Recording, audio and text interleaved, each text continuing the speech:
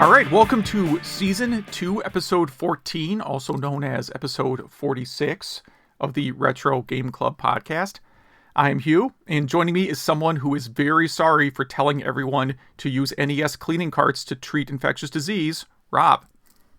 Yeah, apparently that doesn't work. Blowing on it doesn't work either, like in NES cartridges. So, but yeah, and you might make the NES sick. Exactly. Yeah. So what's been going on? Not a ton. I've not been playing a ton of retro games, but I did get a weird email from Amazon saying that the TurboGrafx 16 Mini is now arriving January 1st, 2021, which, that's January 1st, January 5th, 2021, they told me. Yeah, I got my email for the 21st of 2021. Yeah, just say you have no idea. I would prefer that as an email. I know this thing exists because allegedly they have it in Japan already. Well, people in America have been getting them already. Like, people are putting... I think they are, because they're getting the TurboGrafx versions, not the PC Engine version, so... Oh, I've not seen reviews of the TurboGrafx version yet. I didn't realize people actually got one. I can't wait to talk about it more in this show when we get them, because I've watched some of those reviews. This thing's nice. Their interface is nice. I don't like giving Konami credit, but you kind of got to. They did a great job. Yeah, I mean, they didn't do anything. They hired people that did a great job. Hey, sometimes it's all it takes. Yeah. Really, that's what Atari needs to do. Well, and also pay them. Yeah, and get out of Bitcoin or whatever. Yeah. And gambling. Yeah, not their Bitcoin. Was it Bitcoin Casino? What are they doing? We just talked about this. It's called like Atari Bit or something. Atari token? I don't know. Yeah. Let's just say I did not give them my money. How about that? Good. Other than the pre-order of the, yes. So what about you? Still working a lot, but I've been trying to sneak in some late night gaming, and so just stuff I could dive in and out of. So like Atari stuff on Steam, like, or I guess old collection stuff on Steam, like, you know, your Galagas and Dig Dugs of the world, and a little bit of Mario Kart Deluxe. Try to show my son how to play it. He's just a little bit too young for it, but that's really about it. Yeah, just at my house still. But video games. Yeah, video games. Lots of time to play video games, man. I've certainly been playing a lot of video games, but mostly on PS4. Did I mention I played Panzer Dragoon in the past week? No, you didn't. Yeah, so I was thinking about whether or not to get the Panzer Dragoon remake. And I'm like, well, do I even like Panzer Dragoon very much?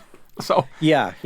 So I fired it up, and actually, you know what? It was fun, but I forgot like the stages are fun, and then you get to the boss fights, and like the bosses just take so much gunpowder to defeat. They're not like Mario 3 boss, where it's like, okay, you jump on this guy 3 times and then he dies, right? These Panzer Dragoon bosses, you are shooting like hundreds, if not 1,000, laser blasts directly into their face. Have you played that in a while? Not in a long time, no. Yeah, the boss fights are much more long than you remember. And is this like a remastered one? No, this is on Sega Saturn using a Sega Saturn controller. Okay. So the remastered version, unless they made the boss fights like a lot shorter, I'm not sure. I think today is the last day they're taking pre-orders on it. So I guess that will ultimately... I guess if I just sort of forget about it for a couple more hours, then I won't buy the remake. Or if you keep drinking and get on your phone and... But the actual stages, like the flying around and shooting enemies, like that part's really fun. It's a kind of a Space Harrier-like game, except, you've got enemies coming from all 360 directions. And I played through the first 3 stages. There's some really... Like, I actually think the graphics held up better than I thought they would. Like, I think Saturn games generally don't age real well. Mm-hmm. But Panzer Dragoon looked pretty good. I think it still looked good. The enemies looked good. Played really well.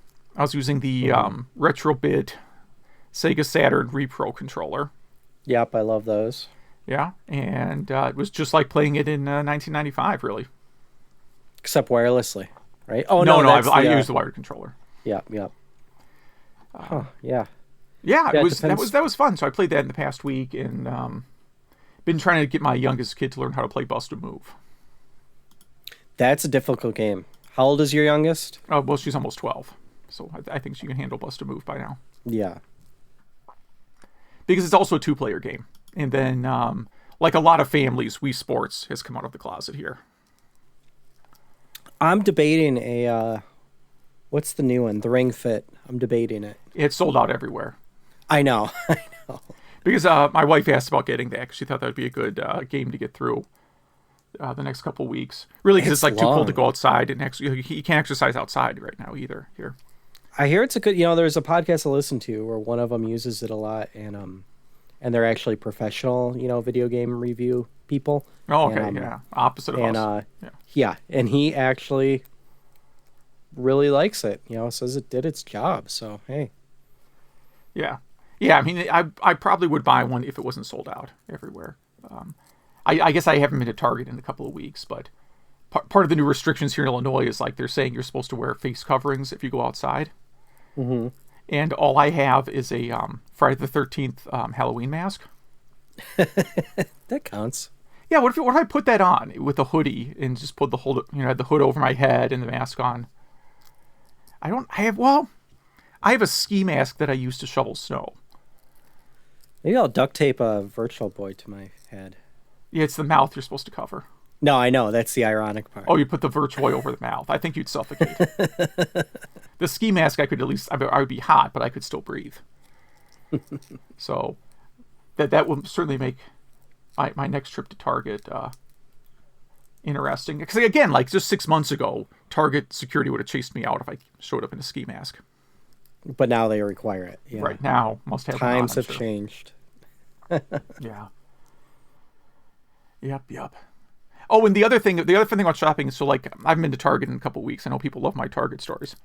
So I was there like 2 weeks ago to pick up a couple, because I have kids. So if you have kids, you run out of like milk and bread all the time, right? Oh yeah. So I was there, and it was a lot of like Instacart shoppers. Mm-hmm. And there was a group of them, of Instacart shoppers, and I swear to you, it was the entire cast of Tiger King. Of what? Yeah, like every one of them looked like one of the people from the Tiger King show. Have you seen Tiger King? Yeah, I've seen it. I assume everybody's seen it. Yeah, I was just like amazed at how close this group was to the entire cast of Tiger King. All right, so now that everyone stopped listening, you want to get on to the news? Sure, absolutely. And we're starting out with a bang here. Super Mario Odyssey 64 mod brings Odyssey's levels and mechanics to Mario 64, including transformations. So did you watch this video? Wait, so which one of these games are they hacking?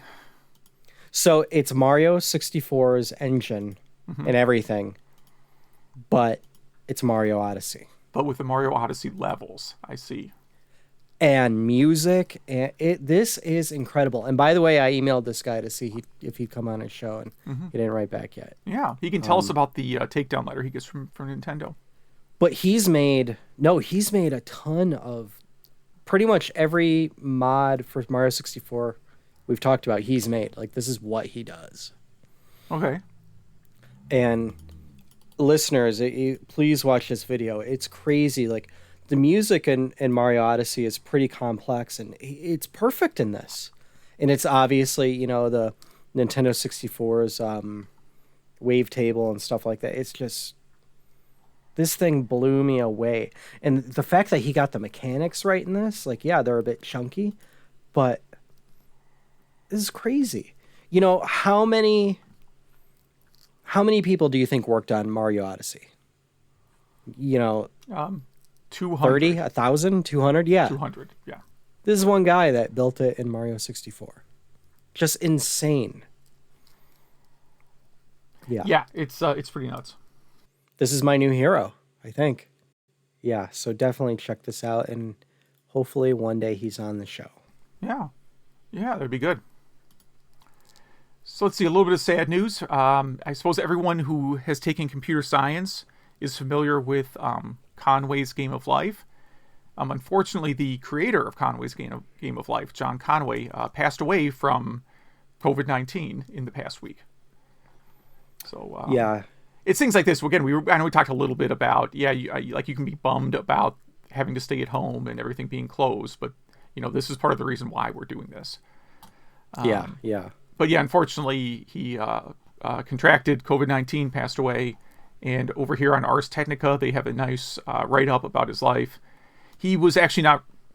It sounds like he was not particularly fond of being associated with Conway's Game of Life because he had a very long career after developing that. So, I mean, I can understand that. Like, you don't want to be remembered for just one thing, obviously. And if you're a computer science major, you probably had to program some version of this at some point. Yeah. Which, even though I'm a programmer, I did not take a computer class other than like typing. Have you done a Conway's Game of Life implementation before? No, I have not. I feel like such a hack now. Mm-hmm. It's not a bad way to learn a new language. Mm-hmm. Because you learn about like arrays, I guess. Yeah. All right. That's sad news. Yeah, you should. Yeah, you should just. You are learning like Google Go or something. You should just write Game of Life in it. Let's see. In the past week, I found out about a new project, and they just had a new release called Apple II Diskbrowser. So this is a large app. It's on GitHub, so you have all the source code at your disposal, and you feed it a Apple ROM image, and then it gives you like a visual graph of the disk layout, shows you everything on the disk, identifies it. He has like, if you look through the source code, he's got like all these like custom, like lots of custom code for like disks by certain manufacturers. Like if you put in like an Infocom game or something, then it like has different information and looks a little bit different than if it's, some other game. It's actually a pretty powerful tool. I don't know if you got a chance to look at this. Oh yeah. Yeah, it shows different pictures and stuff that it finds. Yeah, this thing's incredible. Yeah. And it works on almost every operating system. Yes. Yeah, well, it's a Java-based program, so it runs on basically everything, of course. Yeah. The only small issue is I downloaded it and like he just rebuilt it in like the latest version of Java, and if you're on Linux, you have to it's just a hassle because after version 11, there's not installers on the Ubuntu repository. I don't know, it's some licensing thing. This is the kind of stuff I probably should know, but I actually don't know the specifics of why that happened. Something with Oracle. Something, yeah, some kind of like something licensing, but you can still download and install it anyways.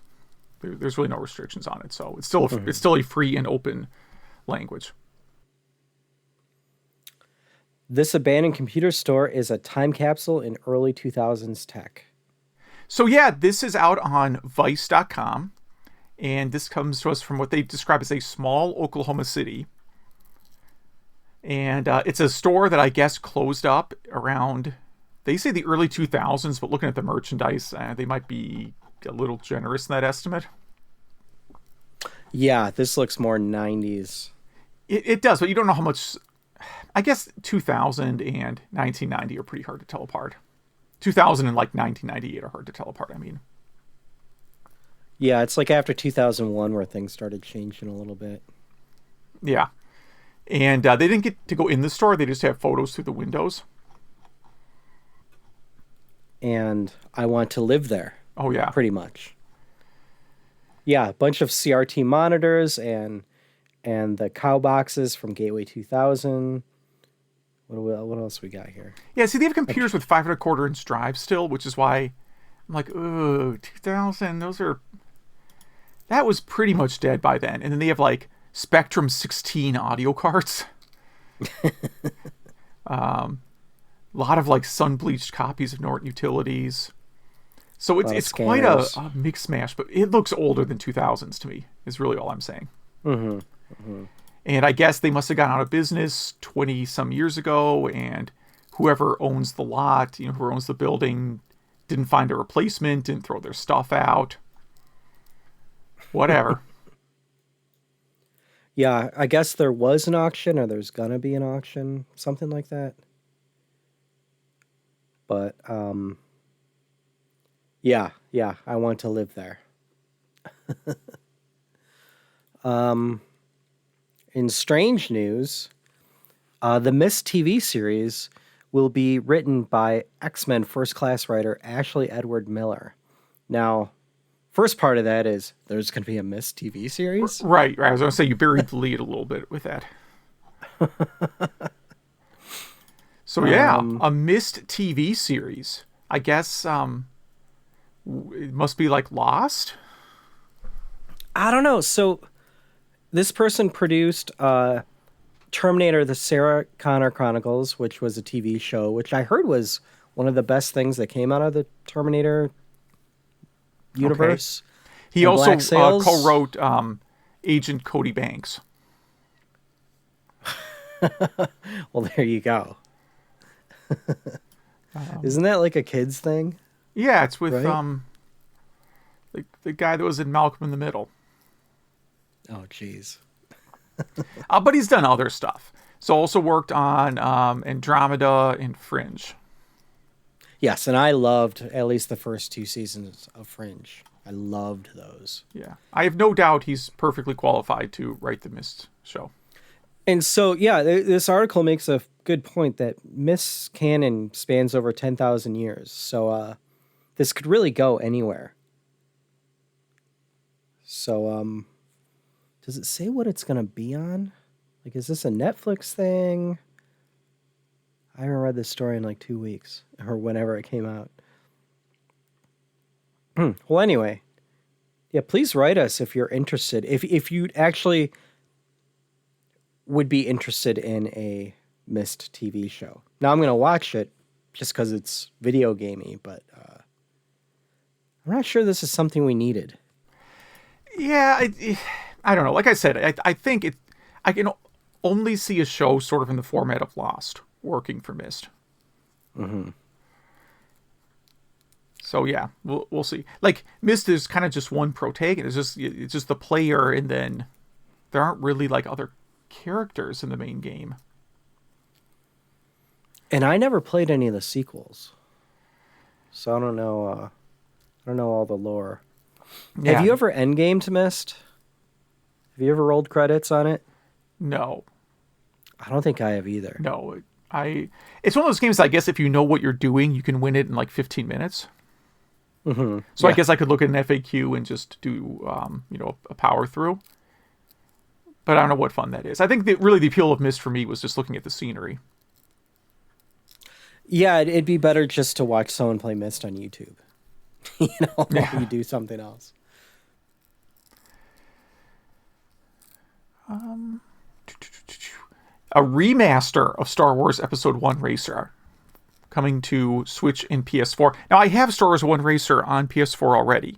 This is something different. Yeah, it's upgraded graphics and everything. So what you have is just a port. This is going to be new textures and stuff like that. All right. Well, that sounds good.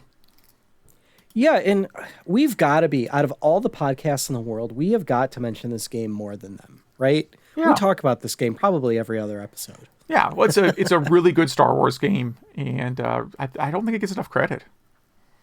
It's a really strange racing game. Like, it feels more like wave race than it does like a car racer. You know what I mean? Yeah. Like, it's a bit more fluid and yeah.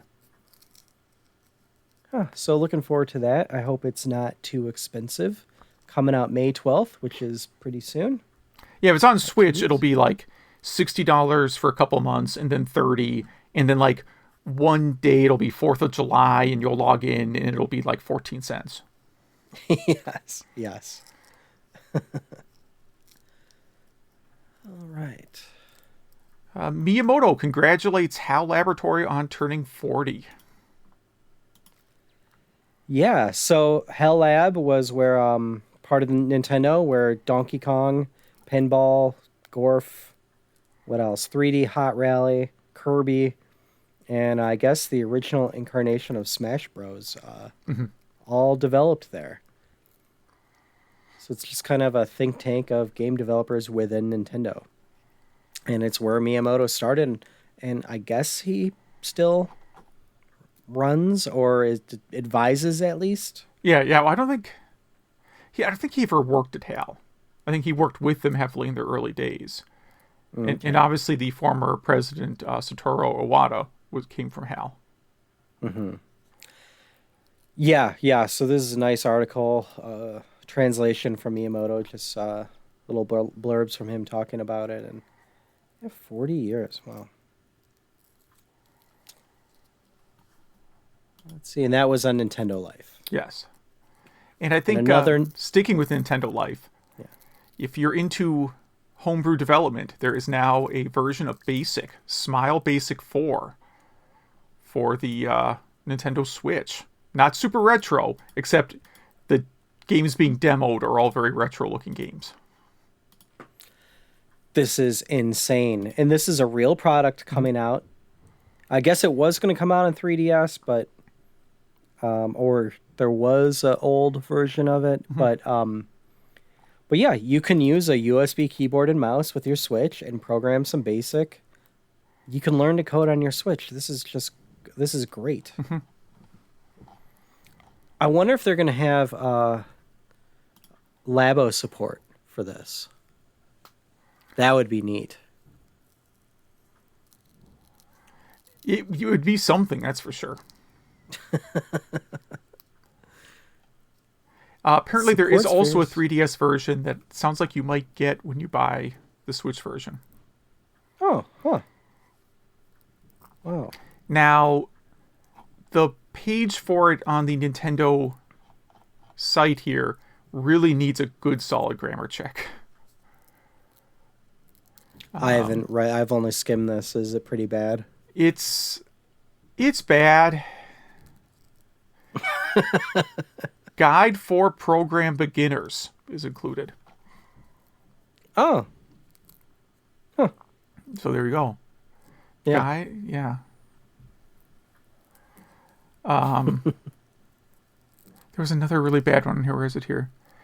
For checking technical samples for checking execution results for each command. It's not terrible. Not good either. Yeah, I'm excited to try that out. Kansasfest 2020 will be virtual. So if you've been listening to this podcast, it's something we talk about every once in a while. We love Kansasfest. It's the annual Apple II Fest that's been going on forever. And they're not going to let this stop them. So for $20, you can reserve a virtual seat, so you know you get a login password. We're going to try to get an interview for this one, too. We had a Kansasfest interview about this time last year. And, trying to schedule that now to kind of see how this will go down. And if our listeners have never watched on YouTube Kansasfest, there's so many great projects that we have talked about, a lot of them on here. And it might be one of the coolest and like nerdiest, and in my book, nerdy is cool. One of the coolest festivals ever. So, this is neat. We'll still get you a pin and T-shirt, but you won't be picking up in person. And it's July 24th and 25th. And yeah, I mean, I kind of get the feeling like, even as we start to go back to some semblance of normal here in the country, and every country on Earth is going through this. So it's not just an American thing. I still think we're going to probably have a year of no major festivals or gatherings. Oh yeah, at least till next spring probably. But Kansasfest is usually 5 days, which is crazy. 5 days every year since whenever it started. When Apple II was a new thing. 5 days, and it's always packed with panels and people showing new stuff and new games and new things you had no idea the Apple II can do. Just incredible stuff, incredible people. Although I guess with like everything else being canceled, something like Kansasfest could maybe like lease out the biggest stadium in Kansas. I don't know what that is. So I don't know the name. And then you could actually keep everybody like 6 to 8 feet apart. Yeah, yeah. That's not a bad idea. I wonder if, yeah. Like I know obviously I'm bummed about Midwest Gaming Classic being closed. There's no way you could do that with and keep people 6 feet apart. You can't keep people No. 6 inches apart at that event. It's so busy. But if they just had like all of downtown Chicago to run it. All right. I can dream. Yeah, yeah. Lynx 2020 programming competition. I love this. I think last year we talked about the results of this. I don't remember if we talked about when the competition started. I don't know. Who knows? But it's starting. Brought to you by Atari Gamer and Retro HQ. And the theme this time around is the future. Mm-hmm. So an idea, they post like, you could do whatever the future means for you, but their kind of idea is, what you think 2040 would be like in the 1990s. You know what I mean?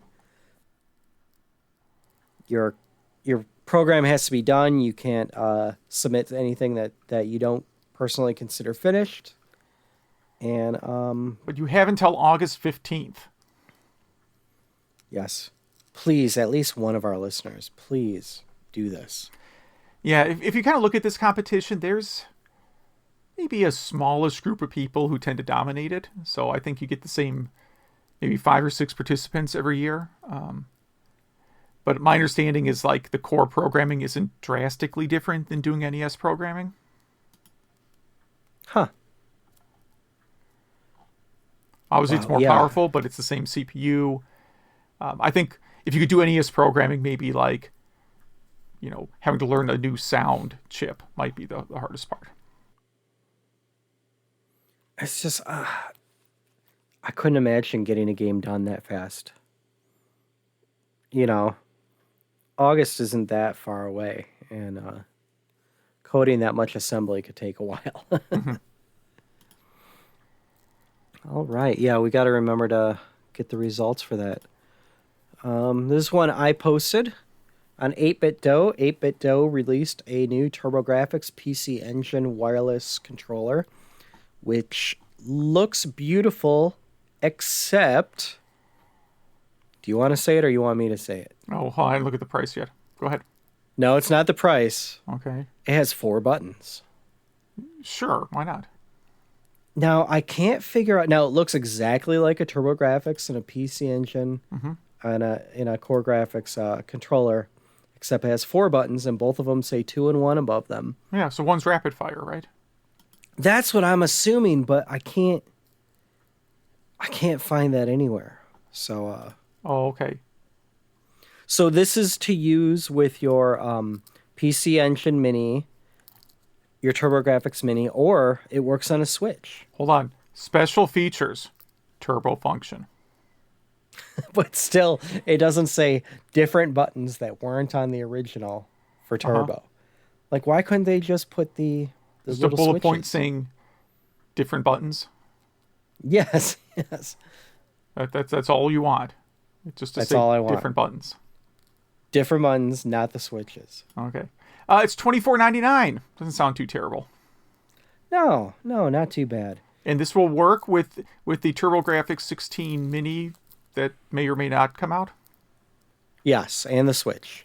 So you could play it on our Game of the Week this week. I don't think I have 8-bit DOE controllers. How are those? They're fantastic.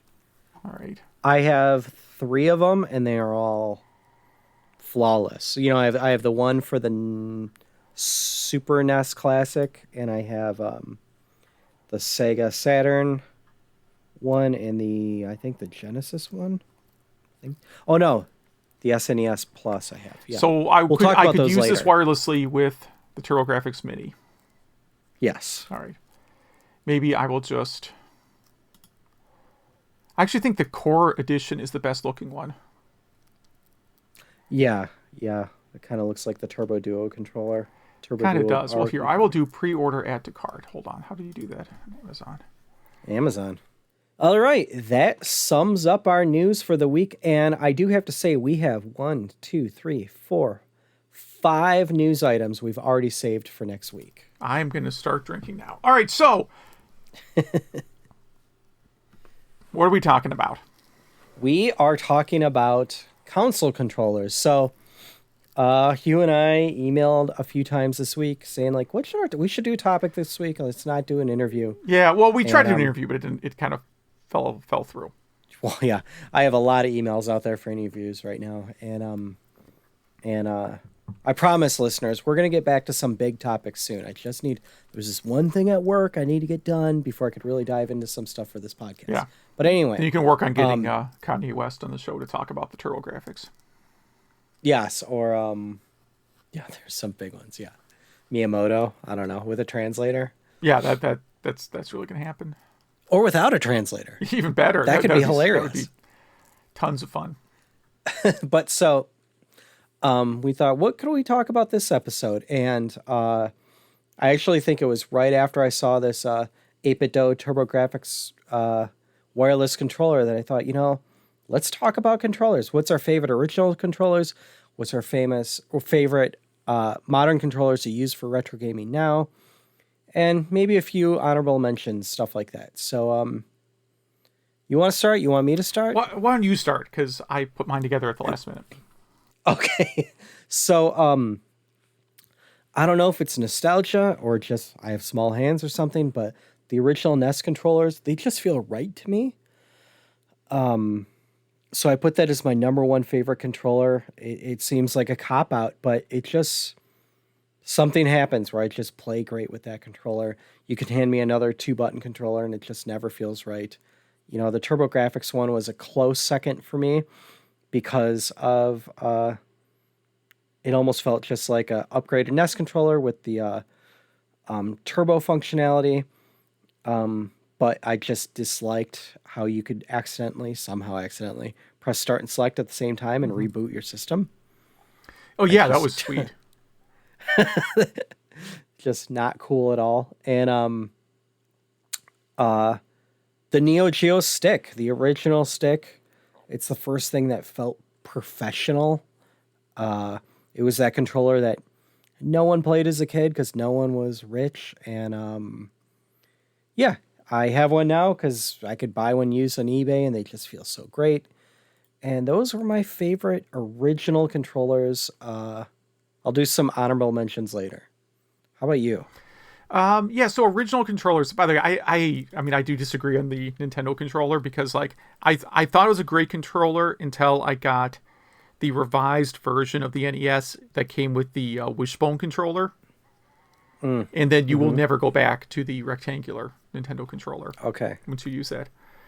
So the problem is I'm a little bit on the tall side. Like I'm not like Shaquille O'Neal or anything, but I'm a little tall. And if you're tall, you have kind of big hands, and most controllers are just garbage for you. All right. Really, like most of the world is not designed for people over 6 feet tall. I don't expect people to have pity on me. There's lots of great things about being over 6 feet tall. But they do not include using video game controllers. They definitely don't include airplanes. And they don't include hotel showers, which are literally the worst thing on earth if you're over 6 feet tall. You never have to think about this if you're not, because... No. You're getting a shower, and the shower is like shorter than you are. So I tend to buy, every system I tend to buy joysticks, large joysticks, just so I don't get carpal tunnel faster than I already am. Mm-hmm. So the ones I use the most, NES Advantage. I know a lot of people don't like it. I think it's a great controller. Used it for everything when I played on the NES. I had the NES Advantage for. Similar size is the ASCII fighter stick, which they make for Super Nintendo and Genesis. I only have the Super Nintendo version. Then I have the giant Super Nintendo joystick that I know we don't actually show this on YouTube.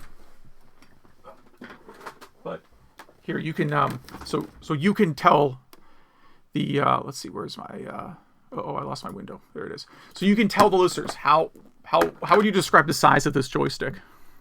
It's humongous. It looks like you built it yourself. It's so big. Yes, and it's very clicky. See? So it's... Yeah, it looks like something you would make at home with real stick like Leaf controllers. Yeah. Yeah. It's by KBM. So I looked it up just to see the history on this. Apparently, I got this on clearance at the video game store. So like it was it came in and it was just like in a generic white box that said joystick.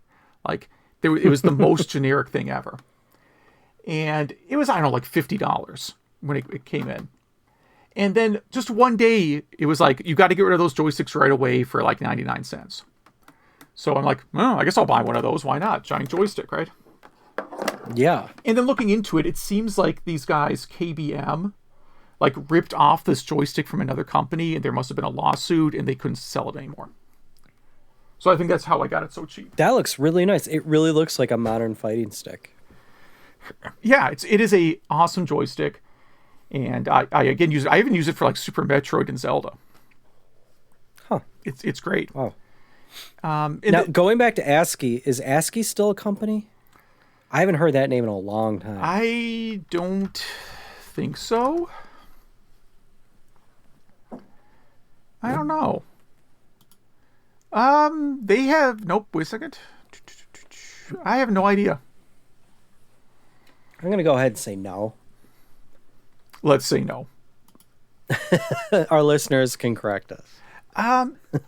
Yeah, I don't remember seeing anything past really the PlayStation era from them. But they made great controllers, man. Oh, yeah. Oh, yeah. I'm trying to find the company history here. Due to their success in the market, established March 2000. In March 2002, they ceased to distribute and publish video games. And I assume that includes joysticks too. Absorbed by MediaWorks, becoming a subsidiary of Kadokawa, who does make games. So that means they're just not making hardware anymore. Oh, I forgot about this. They made that GameCube controller for Phantasy Star Online that had the built-in keyboard in the middle. That sounds like the company you would hire to do that. Yes. That's insane. But yeah, and then they also made like D-pads that are really good too. They were just a really good controller company. And then last but not least, the Sega Genesis 6-button arcade stick. Yeah, that's a fantastic one. I got one of those. And you could still, on eBay, you could still find old new stock of those. And it's kind of nice to have one laying around in case yours breaks. Yeah. You know? Yeah, they have a 3-button one also, but I don't know why you'd want that. No. Okay. So, my favorite modern for retro gaming, which I almost exclusively go through RetroArch or just MAME directly. But I'm going to start with the Switch. I love the Nintendo controllers, the NES and the SNES controllers for the Switch. Mm-hmm. They feel like the original. There is no lag that I can tell. And, yeah, they're just... Can't say enough good things about them. When I do RetroArch, I go between 3 different controllers. My most used is the Sony DualShock 4. It just works with so many things. It's my go-to controller. And I got for like $13 on Amazon, I got a faster Bluetooth adapter for my desktop. So it really speeds that up. I think I talked about that on a previous episode. And my other one is an 8BitDo SNES 30 Pro. And what that is a controller that looks like an SNES controller with dual analog sticks, but also with a bigger grip that kind of feels like a PS3 or PS4 controller. Mm-hmm. What a fantastic controller. And the other one that I didn't put on here, the close third is, I think it's either Retrobit or 8BitDo. It's too far away for me to grab right now, but the Saturn-looking controller. That's 2.4 gigahertz wireless. It's also a great one. So if you're looking to do some MAMing or some retro arching, any of those controllers I recommend, but there are so many retro games on the Switch that it might be good just to pick up a Switch and one of the NES branded controllers Or you could get the new TurboGrafx 16 wireless controller for your Switch. How about you? Yeah, so I don't like most modern controllers for classic systems. That was the whole point of my mini rant that I wrote in the notes here. So I do like the Wii Classic controller. Did you ever have one of those? I have one. Here, wait. The one that's shaped like the Wishbone controller. I just professed my love for. I have what I'm showing you in my camera. Can you see that? Hold on. I have to actually open that window again because I have the show notes open. That is not the one I'm thinking of. That is the second variant, not the Wishbone variant. Okay. I have one of those too. For some two. This one's from but straight from Japan. Yeah. Sorry, go on. No, the one I'm talking about is really like the controller that's shipped with the redesigned NES. But with more buttons. Okay. I know what you're talking about. Yeah. Mm-hmm. Yeah. So I like that one a lot. I don't know if that counts as... Well, you would use that in the virtual store, right? Yeah, absolutely. That's what I bought it for. Yeah. So it's really great for that. And otherwise, I wrote USB adapters. Yes. So I have Nintendo 64, PS1, and Super Nintendo USB adapters that I use whenever I'm playing emulators. So I haven't done that before. So when you do that, can you plug different controllers in to the USB port, and then have your emulator? Is it already mapped for you? Are the buttons mapped instantly? No. Okay. No. I mean, they're mapped to stuff, but then you usually have to go in and define them. Like some emulators detect the analog stick on the Nintendo 64 just fine. The D-pad they usually don't detect as a D-pad. They detect it as 4 buttons. So then you have to map them. And for SNES controller, not really a problem. PlayStation, again, it's hit or miss what they're going to do with the analog sticks on there. Like, see, here's my Nintendo, beautiful Super Nintendo controller USB adapter, so I can use the giant joystick with the computer if I'm so inclined. I guess for MAME, I should really use that more. It seems kind of silly not using that for MAME. Yeah, exactly, yeah. The Nintendo 64 controller is really my go-to one. Because I can actually hold it. I can actually use the analog stick like comfortably. Like the thing most people complain about is actually really, I can actually use it on here. I like the analog stick on the N64, but that controller gets a lot of hate, and maybe even from me, but it's fine. I did put some worst controller mentions in here. Right. Of course, the Atari 5200, and probably a controversial one. Listeners, please write in. And television.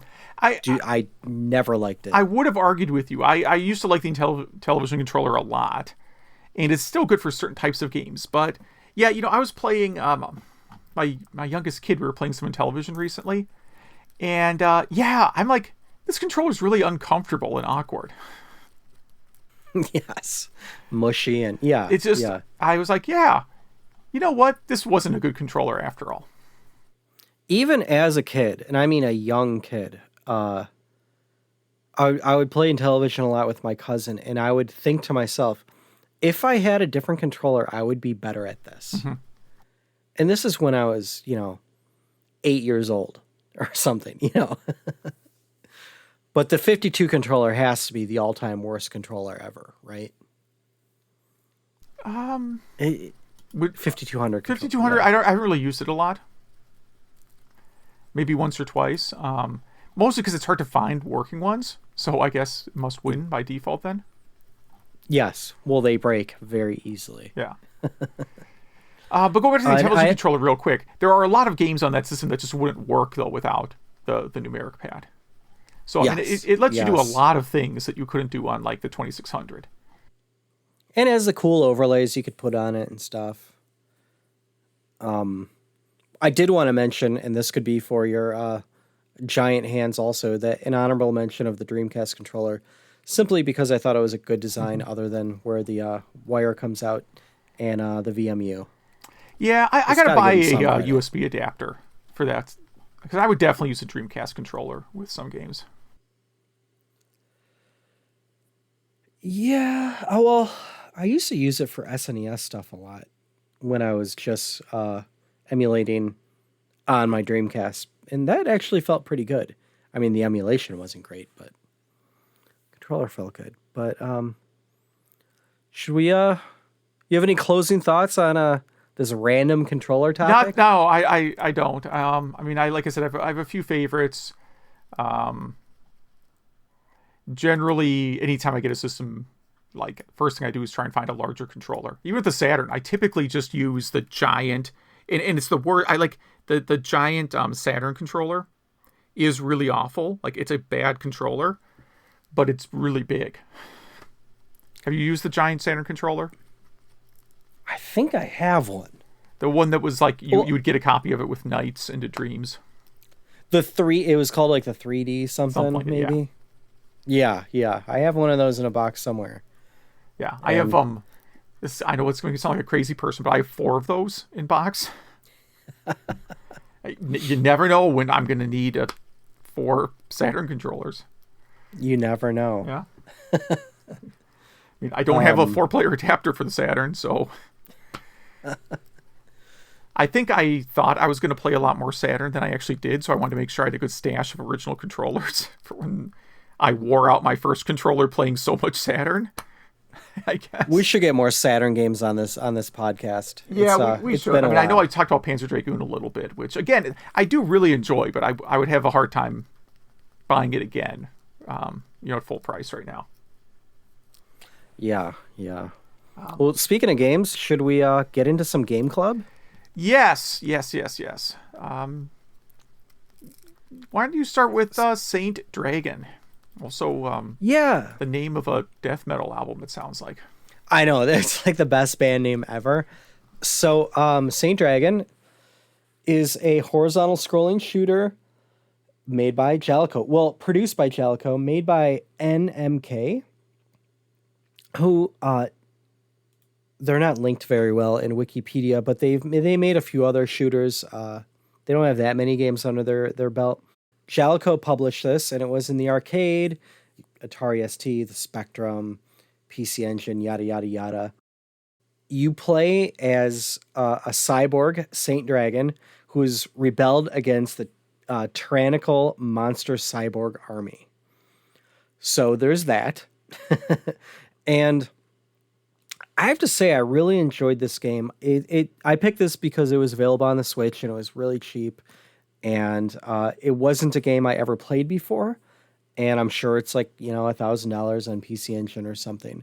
But on the Switch, you could play the arcade version or the home port version. You could pick different skill levels. And the what makes this game different is you play this dragon-looking robot thing. It looks almost more like a snake, like it's really just a dragon head with a tail. And your tail is invincible. And whichever way you go, the tail goes the opposite direction, obviously, because it's kind of following you. And when you stop, it stops too. So the screen's still going, and you can use it to, if you hit an enemy with it, it causes them damage. If an enemy hits it, it causes you no damage. So it's invincible. And that just really adds a great mechanic to this game that I never played before and never really experienced anything like it. Like, I guess the closest thing I could think of was the Ooze, which is not even a side-scrolling shooter. It feels a lot like R-Type, except with this mechanic. And it's a very difficult game. I got a little bit frustrated with it. I didn't get very far. I only got to the second boss, which is not far at all. You could watch a long play of it on YouTube for the PC Engine port, and it's only half an hour long.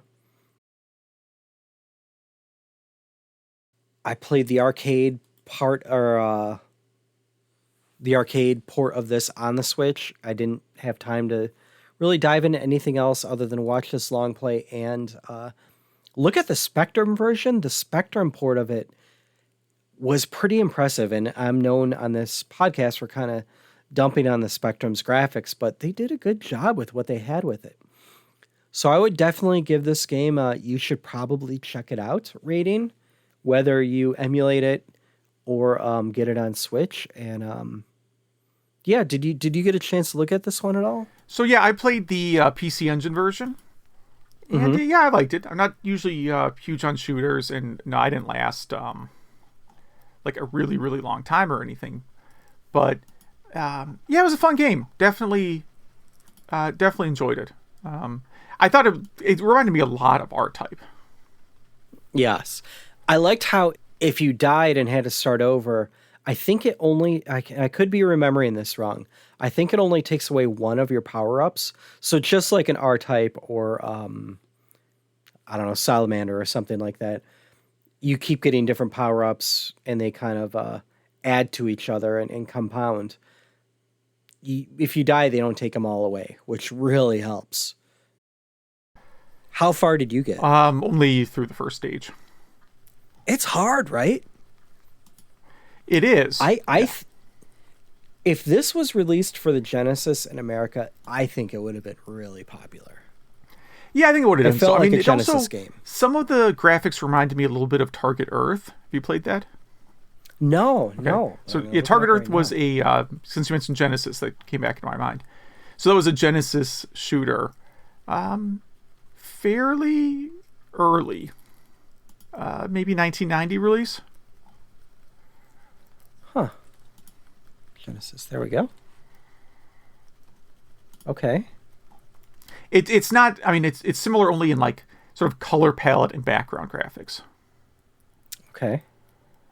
So that's maybe one to talk about at some point. It's been a while since I played that.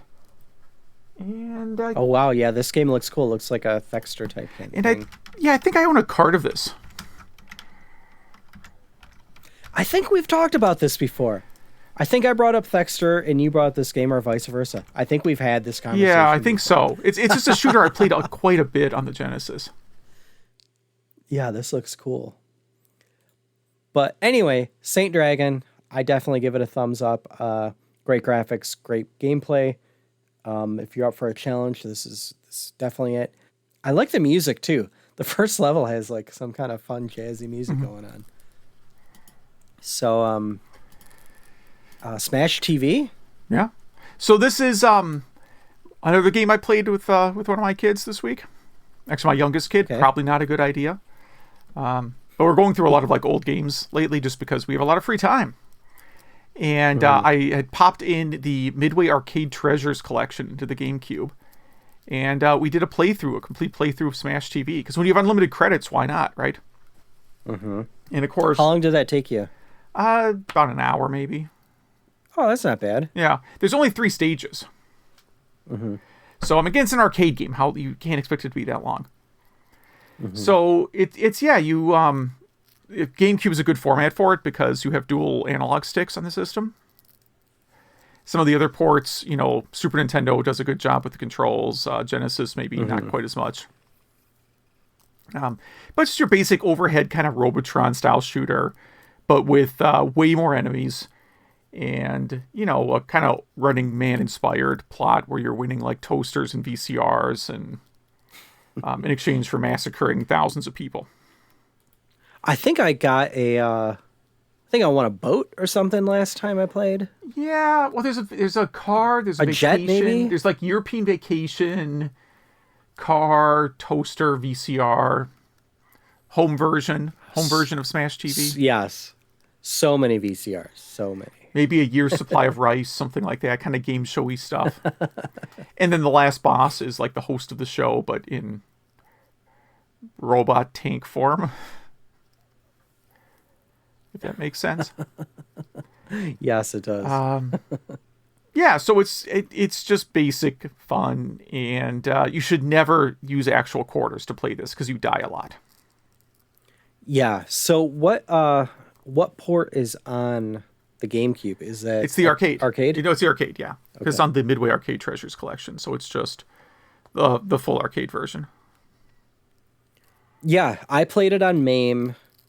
And it was super, super slow. And I forget what I did. No, I played it on Libretro's MAME. and it was super slow. Then I just went to regular MAME and it played great. So it must be some setting I have going on there. Yeah, it has a lot of concurrent sprites. I don't know if that chokes something up somewhere. I have to look at it. I mean, that shouldn't choke my system like that, but No, I'm saying maybe the emulator was choking. Maybe the core that it's using to run Smash TV versus what MAME's using. There was some problem. I don't know. Yeah. But and then I played on the Nintendo with 2 controllers, and that's a great port. It's really fun with 2 controllers. Just so if any listener hasn't played it like that, you can use controller 1 and 2, the D-pads. You hold them on their side, and it's like having 2 sticks there, really. And if you have the 4-player adapter, I forget what that's called, for the NES, then you can have 2 players, each playing with 2 controllers. And what a great concept for the time. Mm-hmm. Yeah. And they didn't do a bad job at all. The graphics look great. It's nowhere near the arcade, but when I was playing the arcade port, my 4-year-old came down here, and I was like, it's Smash TV. It's fine if he sees it. And I had not played it in a while, and wow, there's a lot of blood in this game. There is, yeah. I had to just stop it right there. But yeah, definitely a great pick. Want to tease the new Game Club games? Yeah, you're picking a good one. My pick is Dragon's Lair. So you could get it on any system ever if it had a CD-ROM. Yes, I'm looking at my shelf of Dragon's Lair games that I have here. And I have Sega CD, 3DO, Game Boy Color, and Wii. Game Boy Color, wow. That is a very good version of the game. Wow. It is not like like you would think it was like the NES or Super Nintendo game, where it's just like a totally different game called Dragon's Lair. Or the GameCube version, for that matter, right? GameCube version is a different game with the same title. Yeah, it's like a side-scroller, right? Or a platform. Yeah, kind of platformy kind of game. But no, Game Boy Color is Dragon's Lair, and it is actually really good. Huh, wow. Well, I have it on PS4 and on Steam, so I'm going to play it on one of those. And yeah, I'll talk about it then. I thought about playing it because of the whole movie coming out on Netflix for it. All right, and I mentioned playing some Intellivision recently. Mm-hmm. So I'm going to go with Astro Smash. Good choice. Yeah, I played a little bit of that too in the past week. Astro Smash should be a great band name too. Mm-hmm. Absolutely, yeah. Yeah, and it's a very easy game to play. There's lots of remakes. I think there's still a free version on the Intellivision site. So, do you need the number pad for this one? Absolutely not. Yeah. Okay. And you don't have to get annoyed by the buttons either, because the Intellivision buttons are kind of bad for action games. The side buttons. Mm-hmm. It has an auto fire mode. Oh, nice. Yeah. Well, listeners, if you played any of these games or any games we talked about or any retro games at all, please email us, email@retrogameclub.net, and we'd really love to hear from you. We got some emails, lots of emails this week. Yeah, we got a whole bunch of email. So, and I have been drinking, but I will still do my best here. Majors. We are going to butcher these. I always butcher them a little bit. So, so yeah, Majors writes in, says he does enjoy the tangents that we have. So that's good. At least that's one person who doesn't turn off after the first 7 minutes. Mike Tyson speedrun being dry. It reminds him of another video series called Crone Tendo by Dr. Sparkle, which is like a chronological rundown of all games released for the system. And he said it's extremely dry and he has fallen asleep while watching. Decapping CPUs. We talked about that, right? Mm-hmm. Yes. Yeah, so the NES PPU, and there's some hackers who decapped it to actually look at the logic and understand how the logic was implemented on it. That's what we talked about, right? You can clip this part. That's what we talked about. And the TurboGrafx chip. And the TurboGrafx. I thought we were talking about the TurboGrafx chip. Then we brought up the PPU at one point. So there's a website, team-europe.blogspot.com, that also does projects like this and sells multi-carts for various systems, and had even agreed to make a Bandai Supervision cart if he sent him the guts. Nice. Wow. We talked about the PC Engine FX forum. He mentioned that it closed up shop due to some drama that he witnessed but did not partake in. And there are now 2 competing sites, PCEngineFans.com and PCEngine.proboards.com. And one of them apparently scraped the old PCFX site, and you can get your old account back. And then Sun Team Paul, who runs the PC Engine Bible, added a forum. So his site is a really good reference too, by the way, if you've never been to it. And then, of course, Discord. I don't really know what Discord is, but I hear it's a thing people use to talk. It's IRC. All right. A graphical IRC. All I hear about is it's like a recruiting tool for hate groups, so I haven't signed up for it yet. I'm sure it does other good things besides that. Then he asked about the large NES joystick and suggests what brand it might be, and I think I already clarified what that is. Games, our previous picks. So yeah, it said Doom 64 he never got into because he wasn't interested in Doom to begin with, and was never a big Nintendo 64 fan, and watched a YouTube video of Star Trek Final Unity, which might be the best way to play that one. And then responding to a social media question about first retro game ever played, the earliest memories he had were playing Super Cobra, Mr. Do, and Atari X and O's Football. And the first console game he remembers playing is Combat on the VCS. And for new games in retro style, he thinks it was probably Echoes Plus. Yeah.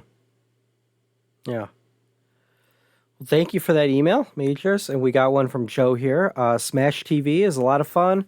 Good blend of ultra-violence and a good sense of humor. And he played Smash TV on the SNES for a few weeks. And the buttons are a good substitute for the second joystick. And he thinks it's cool how one player can use 2 controllers on the NES version. And have 4 people, or 4 controllers with 2 people playing. Just like I just said, yeah, absolutely. And he likes it's a spiritual successor to Roboton 2084.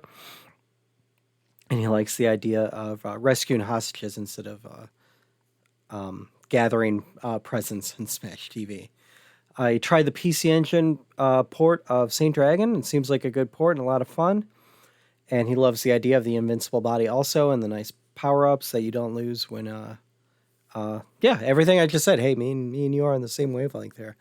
He was wondering if we saw the homebrew port of Shinobi for Genesis, which no, I had not, but I had watched this video and this looks fantastic. And it looks like it's still a work in progress because it's beta 3. And it literally looks like the arcade port, but the background scrolls just a little bit slower. That's the only difference, and you wouldn't notice unless they have the video of them, back to back. So Joe, thank you for that email. We have another one from Odie. This is I think a social media question. Few games he keeps coming back to are any of the 2D Mario games, especially Mario World or Contra and Super C, the perfect run and gun perfection, which I would definitely agree also. I have to get back into Super C. It has been so long since I played that game, and I have a friend that really likes that one. In the PS1 era, he he keeps going back to Tony Hawk, especially number 2. And a side note, I have a close friend who I grew up with that has a song in Tony Hawk 2. Oh, wow. And he's in the Suicide Machines. And they dropped a new album this week. So if you love punk music, check out the new Suicide Machine album. It is fantastic. Yeah, I won't go more into that. But he says his wife and him love Dragon Crawlers, and they'll play through Boulder Gates, Dark Alliance, and Champions of Norath, which I've never played that one on the PS2. Yeah, so it's weird. I was going to buy Baldur's Gate Dark Alliance a while ago. because I thought it was a role-playing game, and then I found out no, it's like more like a dungeon hack and slash game, and I still might go back and get it. It's still like I was really in the mood for like another Baldur's Gate game, and this isn't Baldur's Gate really. Yeah. So Odie, thank you for that email. I'm kind of on the fence. I would probably end up liking it enough to play through.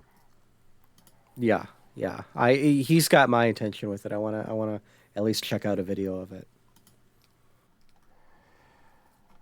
Let's see, Zach, who manages our social media, and that we appreciate greatly because neither of us want to do that.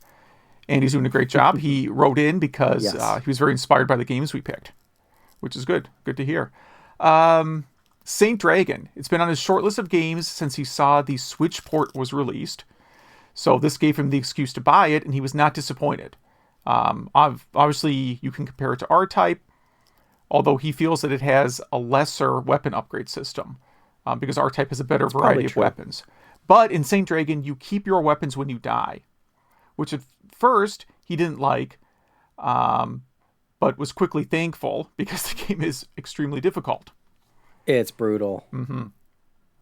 And then has a checkpoint system instead of just starting right back at the beginning of the stage when you die. What was it? Having a checkpoint system instead of just a new life picking up. Yeah, so in R-Type, when you die, you just basically respawn in the spot where you died. Or Saint Dragon, you actually go back to a checkpoint. Yeah, I found the checkpoint wasn't too far off of where I died, but maybe I just died in the same spot a lot. He made it up to the third stage boss before resorting to save state manipulation. Which is fine. He said he died a lot doing it. It's important to not choose game reset because that erases the save state as well. Yeah. And out on social media, he mentioned he linked to the PS4 and Switch stores to buy Saint Dragon. If anyone wants to go do that, we don't get any money for that. He's just encouraging people to buy it. Yeah. And then also included a link to the Amiga port on the Internet Archive, which looks great but wasn't a lot of fun to play. And there's also a CPC Amstrad port that you can play on archive.org. It's a computer I've only ever seen, never used as far as I can recall. Mm-hmm. And Smash TV he remembers fondly from the arcade and spent a bit of time doing the double fist on the NES version. And again, over on the Internet Archive, you can play the arcade version for free, even with USB controller support. Although you do have to remap all the buttons, of course. Yeah, which makes sense. Mm-hmm. He intended to play all the way through, but got kind of bored after the first boss, which I understand. The game does get repetitive, but there's only 3 stages, so it's not the worst. So then he watched a long playthrough to find out the game, he said, has 4 bosses, with the 4th being a reskin of the first. Maybe there are 4 stages. Maybe I'm wrong here, because the last boss really is just he's right, is a reskin of the very first boss that you fight. But it's reskinned to be the announcer. But I really thought there were just 3 stages, but I know on one of the stages, there's like different options for doors you can take, so maybe I like skipped part of the game by accident or something. Okay. Yeah. Or I just don't remember that there were 4 stages, which is equally possible. He said, in terms of graphics, the Super Nintendo port actually looks worse than the Genesis one. And the Amiga port looks great, except for when the characters are moving. Which I found to be true about a lot of Amiga games. And as for the question about what retro game do you still repeatedly play, for him it is Resident Evil 4. He played through it 4 times on the GameCube and then at least 2 more times on the Wii. And then recently picked up the Switch port and is playing through it and the bonus content as well. He said it's a nearly perfect game, in his opinion. Yeah, so I should probably play that. Is this sort of games of shame time? Like, I have that on both Wii and GameCube. And have not played it. That would be... Getting remastered soon. That would be bad. He also brings up a question. Actually, I'm going to rephrase something he wrote into a question. About botching your initials after you finish a game. So you get a high score at the arcade, and then you accidentally mistype your initials. Have you done that? Oh, yeah. It's incredibly frustrating. Yes, I have done that. And I have, these arcade cabinets here, and there's a few where my initials are wrong here, where I'm like, oh my God, I need to beat that high score just to get that out of there. Yeah, basically, if you want your kids to have their initials in arcade games, make sure their first name starts with the letter A, because that's the one you're most likely to mess up. Yeah. So going back to the social media question, what are the games you go back to like once a year? The retro games that... Well, like once a year, I play through Eastbook 1 and 2 on the TurboGrafx. Pretty much once a year. And I was going to be doing that now, except I guess I can't. Well, I guess I still can. I was waiting to do it on the new system. And I definitely do that a lot. And I mean, we talked about like games you just kind of go back to just for like a few minutes. But obviously Resident Evil 4 is a game that you play all the way through. I've done like 2 Super Metroid playthroughs in the past 2 years. Which is weird, because I probably went 15 years without playing Super Metroid, and now it's becoming a game that I play like once a year. What about you? I would say my most go-tos for that kind of stuff, just, feeling at home, being nostalgic, turning off the brain, would be probably the first Bonk's Adventure, DuckTales on NES, Dig Dug, Galaga, definitely a lot of Galaga, and Galaga 88. Yeah. I think those are my biggest go-tos. And tell you the truth, Super Mario Brothers. Okay, yeah. Yeah, I mean, I probably do I do at least one Legend of Zelda playthrough a year, I'm sure. But for me, that's like an evening. I can play through the game in an hour. I'm not really like a speedrunner, but like an hour to play through the first quest of Legend of Zelda is pretty. You don't have to be like a great player to do that. Yeah.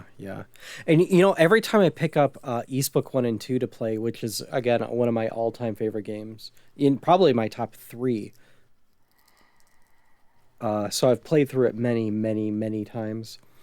It's one of those games where I'm like, I'm going to pick this up and play, and, just to hear the music for a little bit, and then I just end up, like, playing through the whole thing. You know what I mean? Now, do you use the password where you start at max level? No, okay. No. I've never done that. Okay. I have almost always done that. And I should definitely mention Devil's Crush. That's probably the game that I probably play the most out of any game ever. And I don't know why. Yeah, I've actually played, I always mention, like on this episode, I probably mentioned like 3 or 4 games I played in the past week. But like with this whole like thing we're doing right now, I've actually been playing a lot more games than I'm letting on. I'm working like the number of hours I'm working is probably greater, and I know like I'm very fortunate for that because a lot of people don't have jobs right now, and it's terrible, and that's part of why we have to figure out how we move forward from this. But like it used to be, I'd go into the office at like 7:30 in the morning and I'd leave at 4:30, and now it's like I log in at like 7:30 in the morning and I log off at like 6:30, right? So you would think I have like less time. But no, I just end up like basically firing up a game at that point and just playing games until 12:30 at night.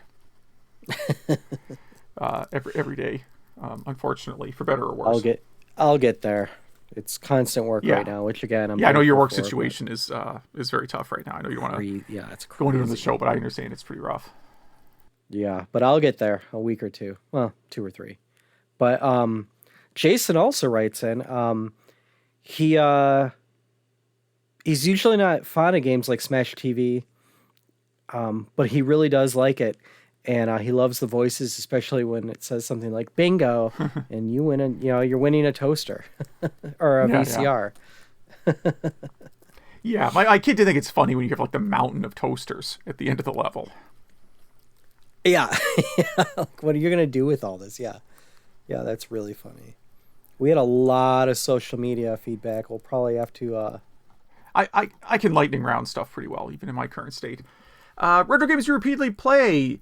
I'm going to skip names because I'm going to butcher some of them. Turtles in Time, who, when listener writes in and says they started playing with their 8-year-old.